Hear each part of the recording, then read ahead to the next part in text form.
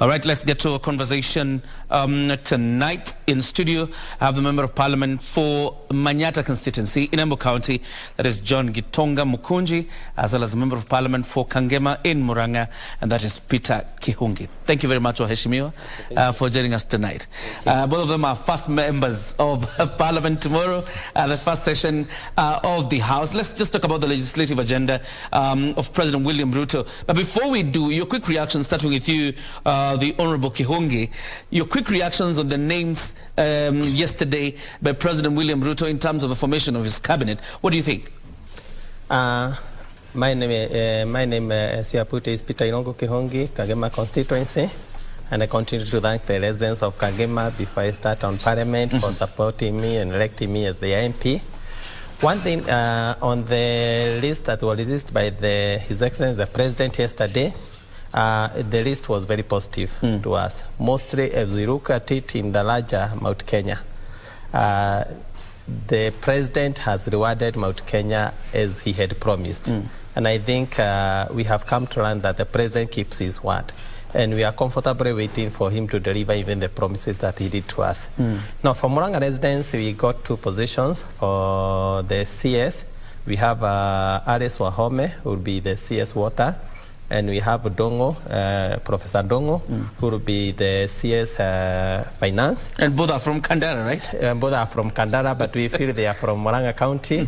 One thing is that the balancing was very good, because mostly Muranga, you see, we are the one who are supplying water to Nairobi. And after the program, there was a lot of issues.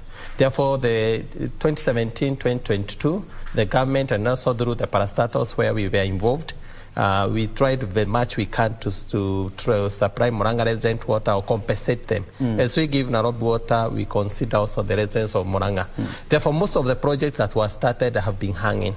Therefore, we had been requesting if we can get a minister from Muranga or a PS from Muranga who can put the continuity and completion of the project. Right. As also we support the project of also bringing water to Nairobi. Okay. Professor Dongo has been the best central bank governor who worked with Kibaki. And even though he's from Muranga, he was the best person nationally who could have done the work that we need to do in the Ministry of Finance, which has been led, maybe has not been doing very well during Uhuru's term.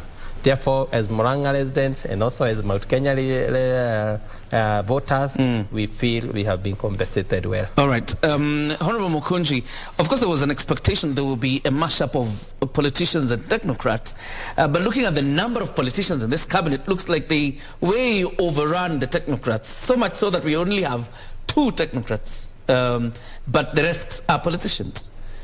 Well, thank you very much, John, for this opportunity. I'll first introduce myself. My name is Gitonga Mukunji, Member of Parliament, Manyatta constituency. I want to start by saying hi to the viewers all over Kenya, and especially from Manyatta constituency, where I represent. Well, coming to your question, I would say that I was very eager and waiting to see the cabinet face of Dr. William Samoei Ruto's government.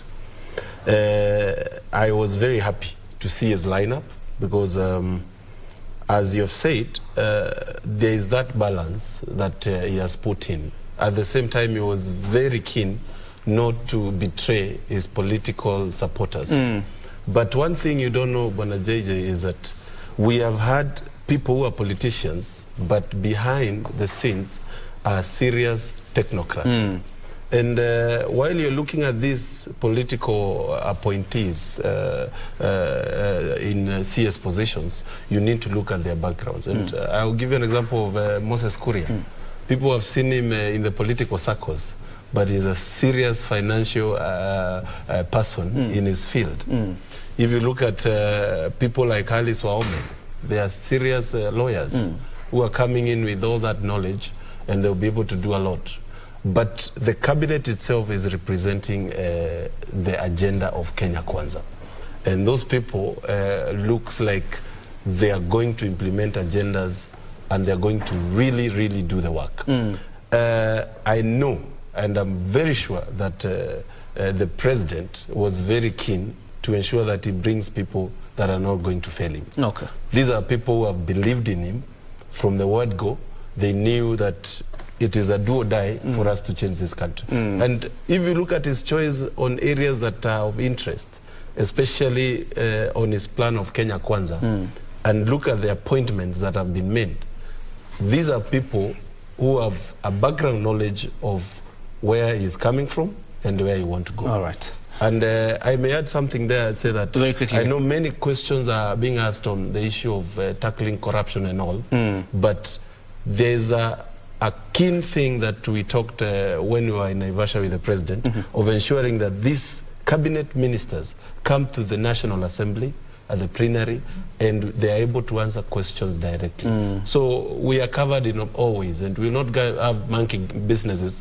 that we are used to in these years who get their egos so high they forget they are appointed. All right, very interesting. And of course, all eyes again will be in the National Assembly, the appointment committee that will be led by Speaker Moses Wetangula as it vets the nominees to cabinet. But let's talk about President Ruto's legislative agenda, because tomorrow he opens Parliament, your first session tomorrow. But you were in Naivasha just about a week ago. What are the priorities of this administration, and what roles or what role are you going to play as a member of Parliament in actualizing President William Ruto's agenda? Okay, thank you very much. I think one of the major roles as a parliamentarian that we'll have to play is to assist and mostly to do a legislative on most of the issues that we wish to implement. One area is the issue of housing that is in the front line, whereby we have to continue with the Big Four, which was left out when the politics of hardship came. And it was a big agenda because housing is a major thing for this country. And therefore, we have to legislate on housing. We have also to make our people understand the concept of housing. And also, we see how the financing of the project will be done. The other issue is that we want to put a lot of emphasis on agriculture. We put a lot of emphasis on agriculture, improvement of agriculture subsidies, whereby we will not move like the subsidies that were done on fuel and whatever. They were done without the passing through Parliament. Therefore, it will be our responsibility to be the ones who are authorizing the subsidies. And we have agreed in Naivasha that our subsidies will not be on consumables. Our subsidy will be on production, so that we can be able to improve the livelihood of that farmer who is producing on the ground. All right. Also, we have now the Hustler Fund. The Hustler Fund is a funding whereby we are trying to see how we can be able to empower the person who is down there who is doing business. Therefore, we have to do a registration that will guide on the issue of Hustler Fund and how it will be implemented. And possible, it can be implemented through the Ministry of Cooperative and not through the banks. All right. Because whenever it moves to banks, it becomes another process of loan, like the one, the youth fund and whatever. Nobody managed to access them because when it gets to the hands of the fund or the banks want to delay the money so that they can be able to use it for lending other normal borrowers. Therefore, there is a legislation that will work on Hustler Fund so that it can run through the Ministry of Cooperative to the level of constituency, and now we ease the issue of restrictions that are there for people to access it. All right. Yeah. The Honorable Mukunji, as you talk about what you think for you is a priority in terms of implementation of Dr. Ruto's agenda, kindly talk about the expectations that fall on the back of the president owing to his campaign promises, and what role you also be playing as members of parliament. I think the biggest chunk of this government's success lies on the legislative arm of this government. And that's why you see the president took his 2 full days to sit down with the members of parliament in Naivasha and actually explained what he has called the plan to the members of parliament, because there's a lot of legislation that is going to happen so that whatever he wants to achieve is achieved. And JJ, remember, this government came to power with a hustler's agenda, the common mwananchi's agenda. And you keep hearing the president refer to Wanjiko or Wanjiro. And this is because if he doesn't do something that will touch the lives of those common people, he will have failed as a government. We are very keen to work on the food security, And my friend has highlighted that very well. We are very keen to ensure housing is good. We are very keen to ensure we increase the tax bracket to ensure even the hustlers themselves, they feel they own the government. And this involves ensuring them that we are formalizing their businesses, ensuring that they receive credit without all that tussle and hustle that has always been the case.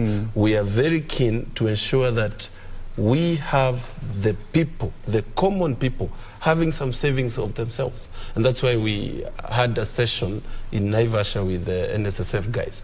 And we are giving in ideas that are going to ensure that we put in the legislature that will ensure that people have a saving culture. And I'm happy with even what has happened today. While I was going through my things in my head, I remembered Mshwari is one of the biggest things that the common man used to save. And Mshwari has close to, for the last year, saved 32 billion. And those are not me and you and the rest. It's the common man who uses Mshwari. So we need to actually continue putting in a legislation that will ensure the common man is able to achieve all that. Let me hold you on something, because you talk about NSSF, and I think it's part of the interesting conversation happening across the country. Because the president has said 10% of your salary, going towards savings. There's a particular percentage added by government, which obviously is good, because government gets money to invest in its projects. The question is, there's 200 shillings that we have been contributing to NSSF. There are those who say, these never have been proper utilization, or even in the sense you've seen people who have lost their monies through NSSF, just 200 shillings. How about 10% of your salary? Would we trust NSSF as it is to manage this fund? Well, good thing you've said as it is, because as I've said, we are reforming issues of saving.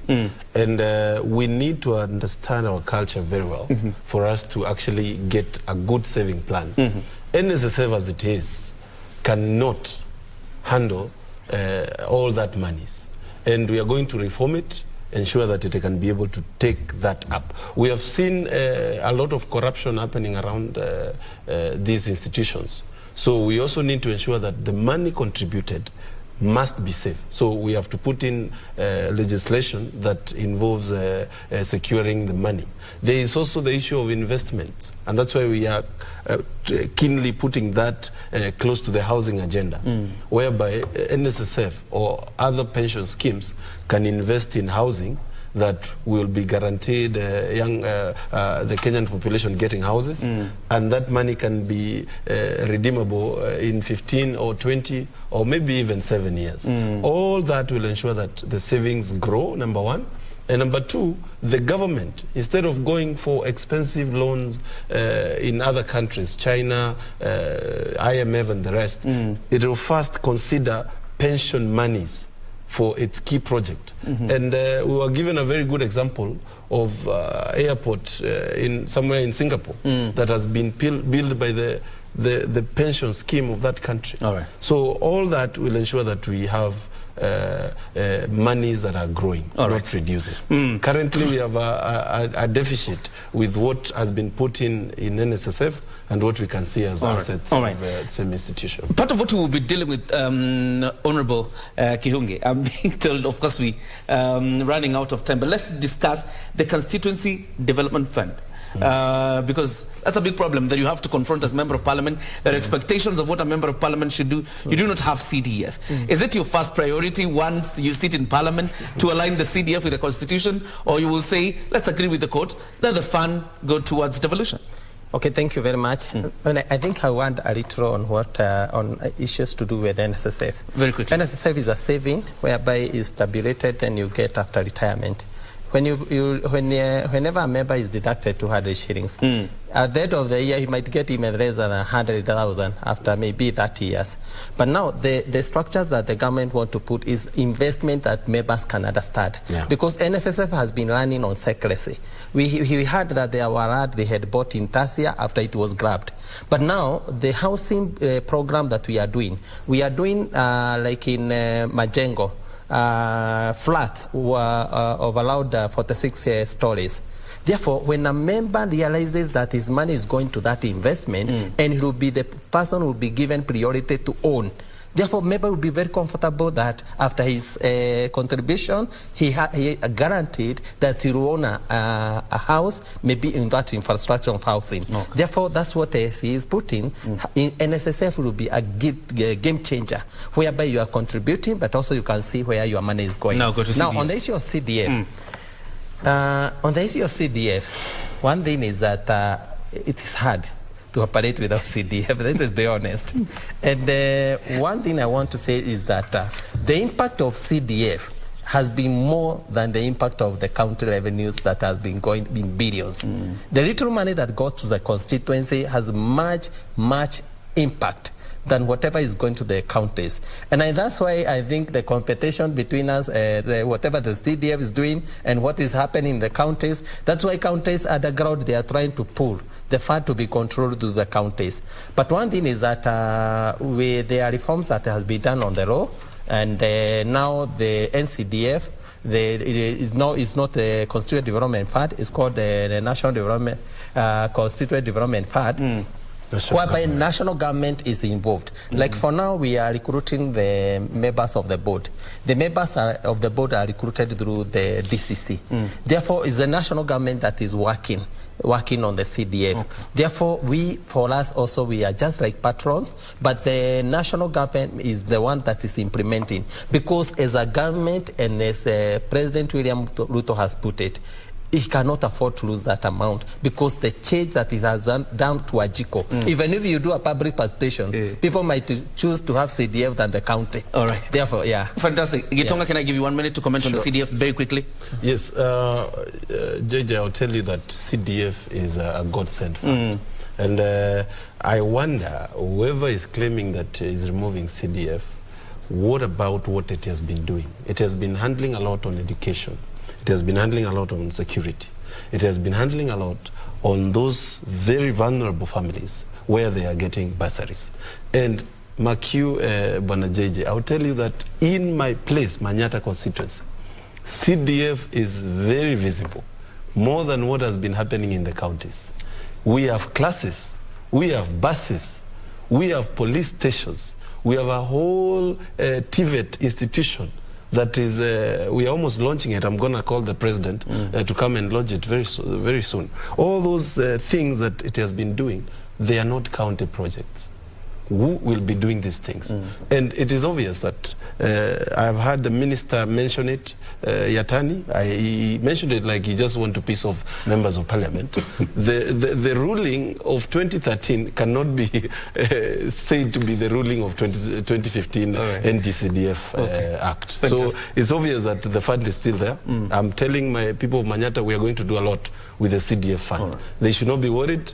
The money is going to come, and we're going to do a lot. Can we agree that we do this conversation after President William Ruto? Because obviously he will outline this agenda before you as members of parliament. Tomorrow. And there's obviously much to discuss after the speech by the president, so that we get to go deeper in terms of the legislative agenda of the president and what areas he would want to touch. Absolutely. Thank you very much, Honorable Kihungi from Kangema and the Honorable Mukunji from Manyatta in Embu County. That's why we put a cap on Prime Edition. And of course, next is reggae.